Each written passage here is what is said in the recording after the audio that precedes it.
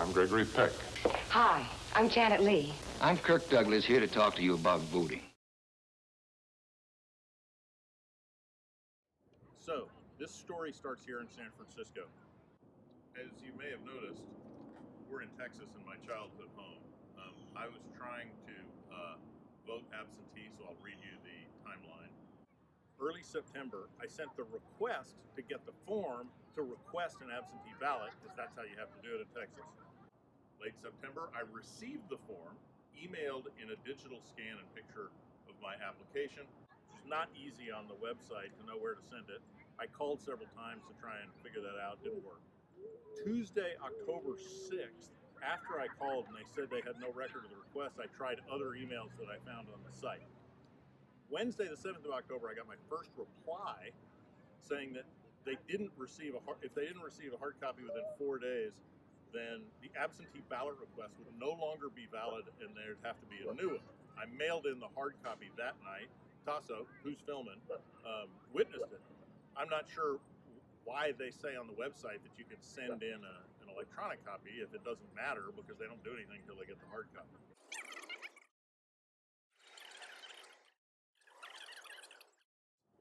Thursday, the 29th of October, we receive my ballot that I'm holding in my hand. I don't open it, and I'm going to present it to the polling station today in Dallas right now. Take a moment right now.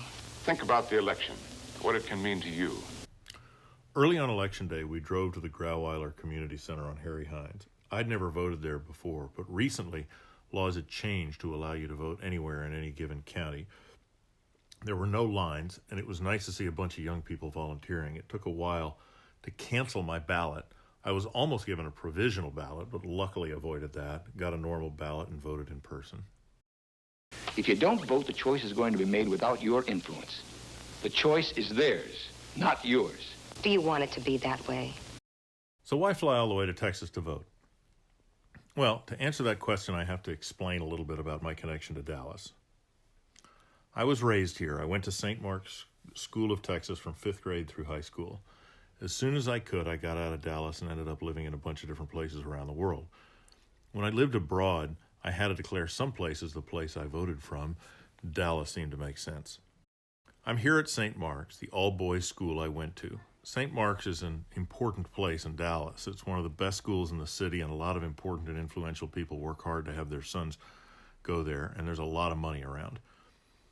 When I went to school here, we didn't study much about Dallas, about any aspect of it, electorally, religiously, racially, or economically. The tagline of the school when I went there was Leadership for Dallas, but we didn't really learn anything about the city or get an understanding of its history. I just felt like St. Mark's itself and me having gone there gave me a greater responsibility than I might otherwise have towards the city.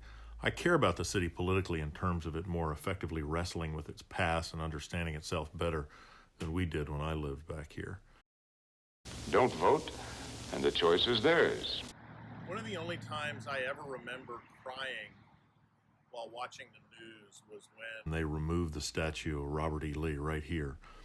It was live on the internet when they were moving a bunch of Confederate monuments around the South. I was just excited that that was happening in Dallas. This used to be Lee Park. It's evidently not anymore. That fact gives me hope for Dallas. When you vote, you are making a choice of people And policies and plans. You are choosing forces that shape the future. Somebody did a survey recently of the difficulty of voting or the ease of voting in each state.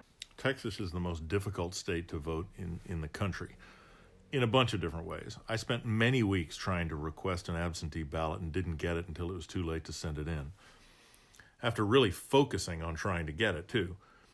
Even if you're actually here, Texas has very, very specific prescriptions about voter registration, how and where you should vote, and that sort of thing. Voting itself is unnecessarily bureaucratic and complicated, and that has consequences. Texas has among the lowest voter turnout rates in the country. Vote, and the choice is yours. Don't vote, and the choice is theirs. But why does Texas make it so hard to vote? To answer that, we have to talk about Dallas's relationship with the Republican Party. We're here at the George W. Bush Library and Freedom Center. It's on the campus of Southern Methodist University. There's a lot of people in both the Bush and the Trump administration that are from Dallas that are connected with SMU, which is the most important private university in the city.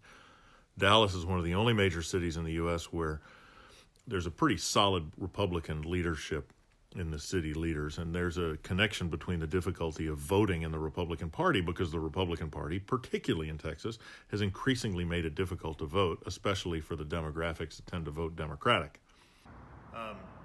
At the same time, Texas is important. It's considered, it's not really a swing state. It's not considered to be one, but in part that's because it's low turnout. So what they always say is it's not that Texas is a red state, it's that it's a non-voting state. But if a lot of people vote and manage to make it over those very high barriers, it's quite likely to turn blue. And so in some ways you could say that a vote in Texas is more powerful. Just one vote per precinct could decide the next election for President of the United States. My own experience of voting in Texas over the years has in part led me to the democracy-related work I did abroad for many years. When looking at American elections, I've always been amazed at how much time and focus is spent on how the voters vote and how little attention is paid to the people that don't vote at all. The question of who doesn't vote and what'll get them to vote is important. A lot of people see themselves as not political, and the way voting is covered in the media is that it's all about the race and which candidate wins. In reality, voting is pretty simple and should be an easy civic act. It doesn't have to be competitive, and it doesn't have to be divisive or antagonistic. The answer to what'll get people to vote is easy. They're friends.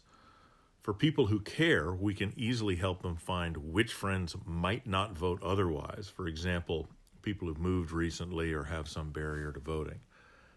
As a consequence of my own experience, I've set up Turnout Nation, which is a way for people who are active and excited about voting and want to do more than just vote, a way for them to line up their friends and make sure that they vote, and importantly, to know whether or not they did vote. People are much more likely to listen to their friends than strangers or political ads. So that's the story about why I want to vote in Texas, how Texas makes that difficult, and how I ended up dedicating a big chunk of my life to voting rights and voter turnout. So vote, y'all, and get your friends to, too.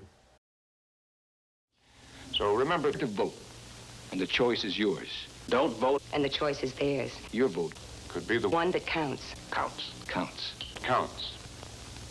Thank you.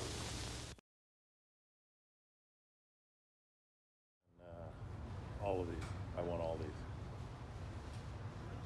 And, St. Mark's.